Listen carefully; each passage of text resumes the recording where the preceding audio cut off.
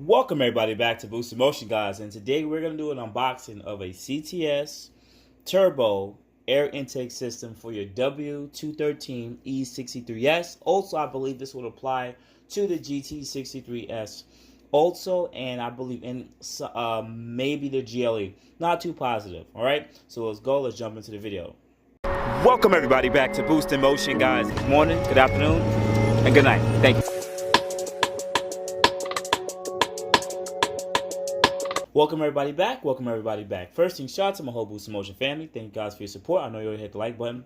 I haven't done an unboxing video or a product review in quite a while, so we're gonna do that in this video. So let's quickly unbox it. Now, the first thing I'm gonna sit there and say is I actually ordered this directly from the CTS Turbo site, and I do want to pick on one thing. It seemed like they gave me a reused box. Or maybe the box was torn in packaging, because from what I can tell here, the tape ripped, and when it was delivered to me, they had these bronze brass staples to hold everything together. So this is how it was delivered to me, and it's actually like this on both sides. Yeah.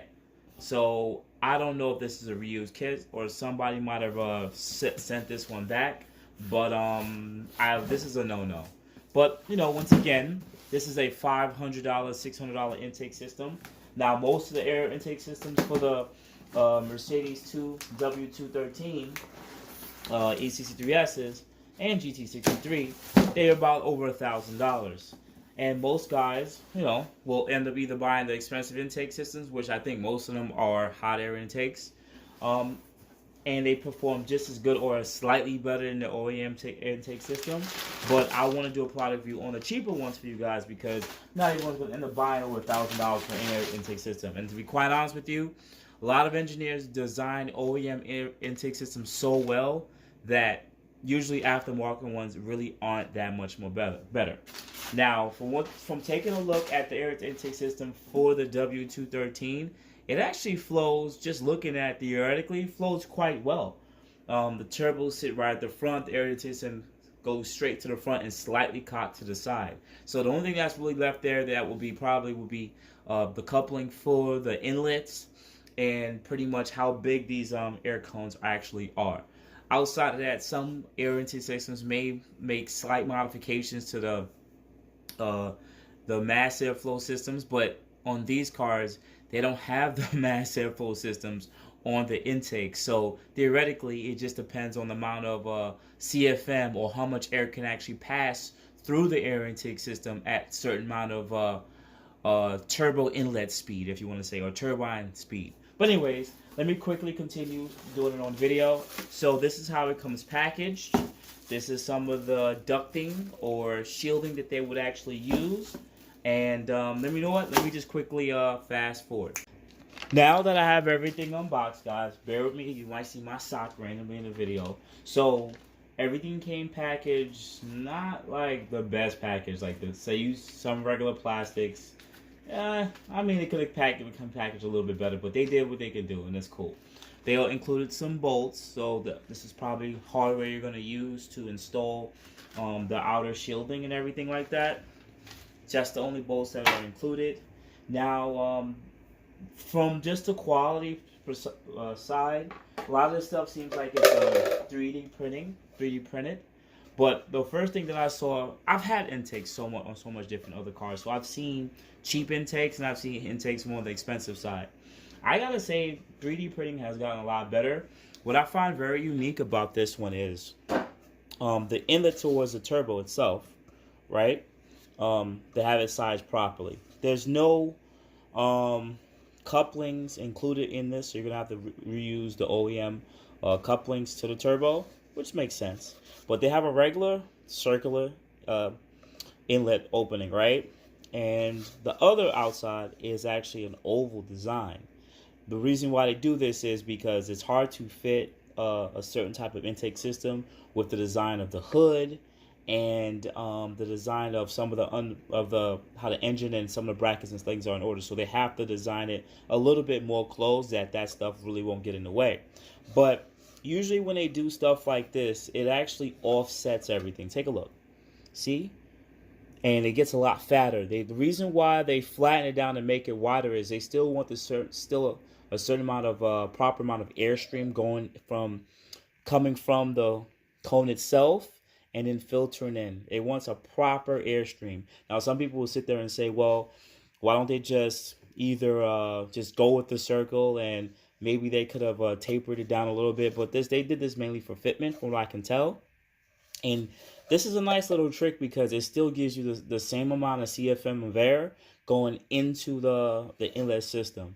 But I mean, honestly, I don't know if they ever flow tested this. I think theoretically it should work just as fine, but you're going into there, and it's getting sucked into a turbo anyways. There's always going to be a certain threshold for where there will be a choke up, where there'll be a restriction, because on a stock W213, this may work perfectly fine. But when you start going to a modified one where it's running a higher amount of boost, which means higher compressor speed, then there may be a choke up at the higher end. So that's when you will want to do an actual flow test. But theoretically, this should work pretty fine. Theoretically. So in a future video, when I do install this, so definitely hit the like button, subscribe, and the bell notification. When I do install this, I'm going to compare this inlet system to the OEM one just to see what's the size difference, because honestly, I hate to say, when it comes to pipes and turbos, size matters. Anyways, let's continue here. So there's no other, the next thing I will move on to is the shielding itself. So some people will call this a hot air intake because it's not an enclosed system. This is mainly a system that's just the way it actually sits. The engine will be over here and under here, so you'll still get all the hot the hot engine air coming in through the top. Some people will sit there and say it doesn't matter because it gets sucked into a turbo, which compresses it and heats it up, so it doesn't matter. Yes, I agree, but the cooler the air intake charge, though, you still have slightly cooler charge air temps. So if it's getting, let's just say in the winter, that's why boost weather exists. In a way, theoretically, if it's a 45-degree day, your air intake temperatures would be a little bit cooler. It'd be a lot closer to ambient. But if it's a 90-degree day, then your ambient is 40-50 degrees hotter. Then your charge air temps will be hotter too. It just goes along with it. I think this is actually a decent piece. I actually don't see any issues, at least from what I can tell. Sometimes you see some cheap stuff going on here, but I don't really see that here when it comes to this. At least the most I can sit there and say is they probably did use a couple of drill bits just to make some of these circular cuts from what I can see here. It looks like they did some circular cuts and maybe Dremel did after it just to be a little bit more smoother. And the same thing for here. This is not a perfect cut. So I'm thinking they might have done the same thing here and try to make it nice and clean. And I think everything else here seems like it's how it's supposed to come. So I don't really have a problem with this so much. And it bends, it's pliable, it's not cracking. So it ain't ABS plastic. So it's a lot better. I would say this is more of like how some K&N heat shields will actually come. So I do actually think these are pretty much okay. Lastly, we're going to move on to the cones themselves. Now, this is my first time ever having a cone that is designed more like an oval rather than a circle. Theoretically, once again, it should work. When you look inside of it, take a look. But if you were to collapse this down, it's still a circle. So it's still the same amount of circumference or surface area. It's just that when the air is getting sucked in, I would assume that it's probably a lot less choked up. It'll just go in a lot quicker because it's already there's less amount of space between the filter where it's actually being able to be sucked in. Another thing I think is pretty cool, they actually put their name on it, CTS Turbo. So they probably work with the manufacturer just to have it printed on the intake system. Some other intake systems just go with the K&N ones because K&N actually make their own ones. That's probably very similar to the size, and I guess it cuts down cost possibly, or maybe it doesn't. I don't know, but I think these are pretty cool. I don't know if these seem like dry. These are oilless. Sometimes intake cones or you can either oil them or not oil them. I'm always gonna recommend not oiling them. depending on if you have a car with mass airflow. These cars don't have a mass airflow, but I still don't want that oil being sucked inside. It's unnecessary. So all in all, I do think it's pretty cool. They also give you a band, and even though it's built like an oval, you can always bend the bands. Like, so if you get a circular oval, a circular clamp, and you still like, oh my god, this is not working, just bend it and it'll work the same way. So all in all, let me show you how it'll actually look like put together quickly. Matter of fact, I actually want to do it on video for you guys, because when you install it, right, at least the way they gave me the bands, you want to be able to access and tighten it, whatever. I mean, either you want it, if you're installing this, you might not want to see the hardware installed, but how are you going to be able to tighten it once it's in there? Because let me quickly show you. So if you stick this through, right, bear with me guys. If you stick this through, right, boom, and then you stick the intake system onto it, right, you push it in, you can still, it'll be installed like this, so you can still tighten it from here. So you can do it from here. Sometimes that could be pretty easy to get to, but then you can also just end up bending the band once again, so that clip will be over there. But it's probably a lot more cleaner to do it just like this. So that's how one of them will look like. One. And then the second one will be the same thing. And just like that, this is how it's going to look like installed. But all in all, for $500, in my opinion, seeing plenty of intakes, touching many of the cheap ones or expensive ones, these are actually designed pretty good.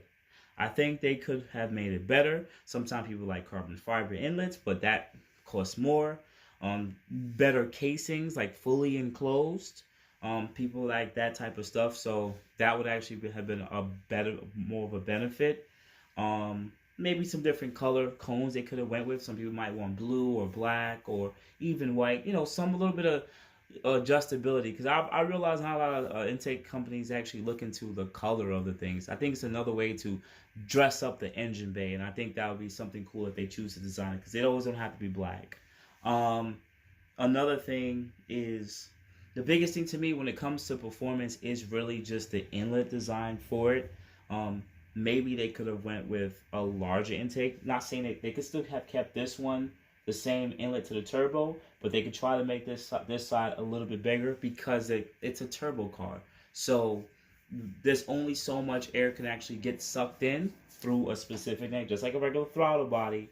But at certain compressor speeds, there's going to be a certain threshold where it just, CFM doesn't go above it. It actually starts choking up the turbo, and the turbo has to work harder to hit a higher PSI. But because this is such a short run, it's a turbo vehicle. This is such a short run. This is what, 8 inches, 6 or 7 inches of inlet, and then it's almost damn exposed to the air, compared to other air intake systems like on my C63 W205 and 177. The intakes came straight down with a big U and came up. It was a big congestion. That was just the aftermarket one.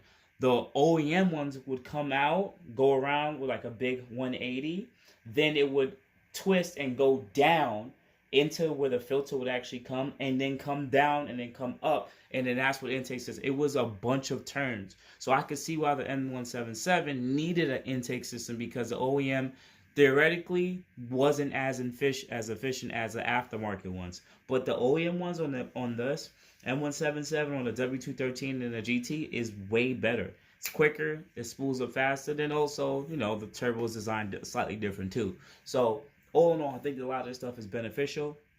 And from what I've been reading, it seems like the intake system does have a slight upgrade for the W213 E63s, but nothing crazy. It's probably going to be more beneficial for people who are tuned or that are running higher PSI. You maybe get, with intake systems, you might get a bump of 5, 10, maybe 15 wheel horsepower on maybe an OEM setup, and slightly more when you are actually tuned, but that's all up to theoretically. Most of the time, intakes you only give you like 5 wheel horsepower when you're stopped. But once you're modified, usually gains go up a little bit higher because compressor speed. But outside that, guys, listen, I'm gonna put a link below to the CTS turbo kit. I believe it'll be Amazon and eBay link or whatever. Because when you purchase that stuff, it actually I get a little piece of that back for actually making this video, so I do appreciate that. I did hit up CTS Turbo to try to make a unbox and install video for them, but they didn't really seem too much to care about it. They wanted a proposal and stuff, and I'm a content creator. I'm not gonna make a whole PowerPoint and everything to try to say hey, why you should work with me. It is what it is. I'm gonna go back to some of the roots, and when I do make some of these videos, you guys choose to support. So definitely hit that like button, subscribe button with the bell notification. Understand that after this video, the next video you'll see probably the day tomorrow or the day after that will be the install video, and we will compare the inlets to the OEM just to see if they are better. So outside that, guys, you have good morning, good afternoon, good night. You can add me at Boost in Motion IG, Facebook, and Boost in Motion at gmail.com. Otherwise than that, guys, I appreciate it. You guys have a good day. Thank you. Thank you, everybody, for watching. Do appreciate you guys. Love you guys very much. You can also check out the 2 links I posted for some of my other videos. Also, on top of that, if you want to purchase some Boost in Motion merch, definitely check the link that I posted also. And finally, if you've been watching all my videos and you enjoy them, please hit the link to subscribe to my YouTube channel. Thank you.